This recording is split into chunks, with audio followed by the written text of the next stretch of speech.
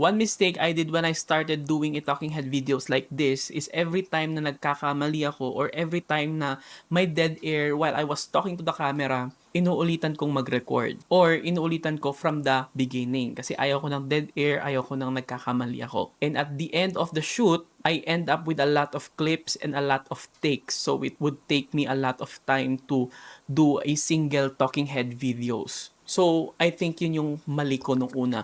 At dahil doon, nagpo-procrastinate ako na mag-video at konti lang yung naproproduce kong video per day. And now, what I am currently doing is I am practicing to be comfortable with pause. So, kapag nagkamali ako, I pause and go back sa part na madaling i-cut and itutuloy ko ulit. And every time na nag-iisip ako kung anong susunod kong sasabihin, I pause. Dahil when you pause, when you become comfortable with pause, madali na lang yung i-edit sa editing process. So instead of having a lot of takes, I only have one take right now. Pero mahaba siya. Dahil madami pa rin akong mali. Pero instead of re-recording it, I just pause and edit it on the editing process. Malamang, o di ba pansin nyo doon, ang daming cut nun.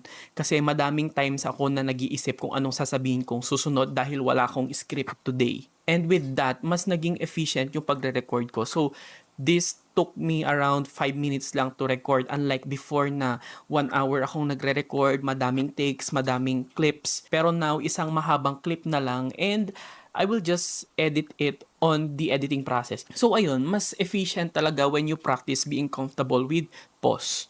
So ayun lang, yun yung tip ko for today. Happy Friday guys. Bye.